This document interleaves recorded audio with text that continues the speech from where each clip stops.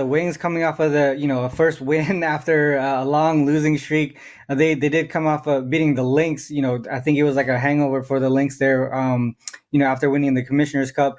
But the thing is, even though they got that win, they're still struggling on the defensive side of the ball. The one bet that I took on that game against the Lynx was the Lynx team total over. I wasn't sure if they were going to have the hangover, and they definitely did.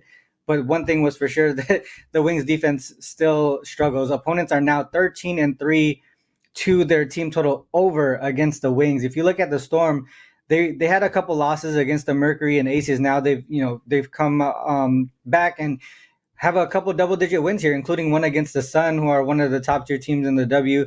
Wings are getting a little bit healthier, which is why I think that they're kind of pulling in some momentum, getting on the win column at the very least. But Satu Sabali is still not not playing. She's still injured.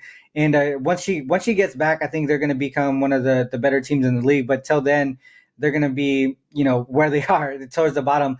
If you look at some trends and angles, I mean, both teams right now, they're strong in their current situation. So one thing that I mentioned with the Wings that I was talking about is that road dog situation. They've been pretty good as the road dog in that first half, it looks like. But on the opposite side, the Storm, they've been really good in the first half as well, at home specifically, 4-2. And the reason the Wings do well against the number in the first half on the road, like I mentioned earlier, they are limiting opponents. And that's one thing that we saw, 7-1 to their team total under for opponents when the Wings are a road dog. But even with that in the first half, they actually let it go in the second half. Teams are, even though they're 7-1 to the under, opponents are 4-3-1 to the team total over. So they get it all back in that second half as far as their opponents goes. And that's what I was thinking is maybe even if you don't like the first, the full game team total for the Storm, 88.5, just because at home, the Storm are actually first in the offensive rating. At home, I think is like 90, 93 or something like that with their offensive rating, but they average 88.5 points per game, which is close to the team total.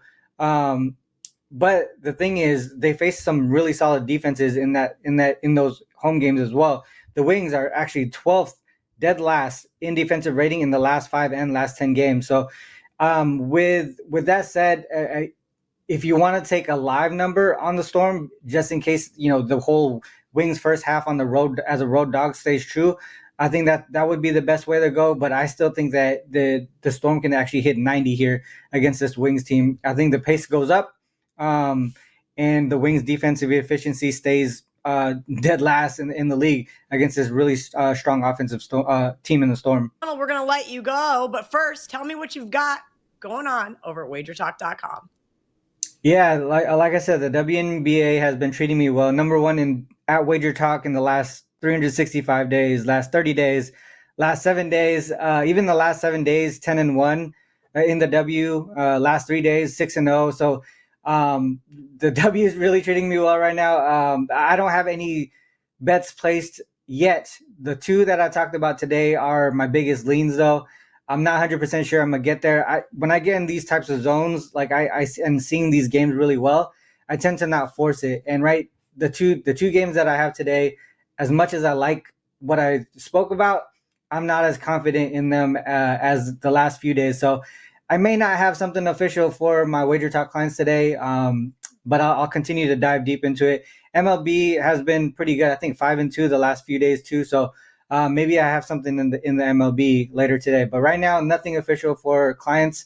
Maybe check back in an hour.